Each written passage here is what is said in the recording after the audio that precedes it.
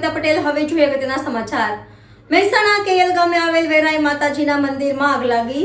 આગથી સાક્ષાત માતાજી મંદિરને બચાવી ન શક્યા। Reporter Girish Chorwada, NN news, Mehsana.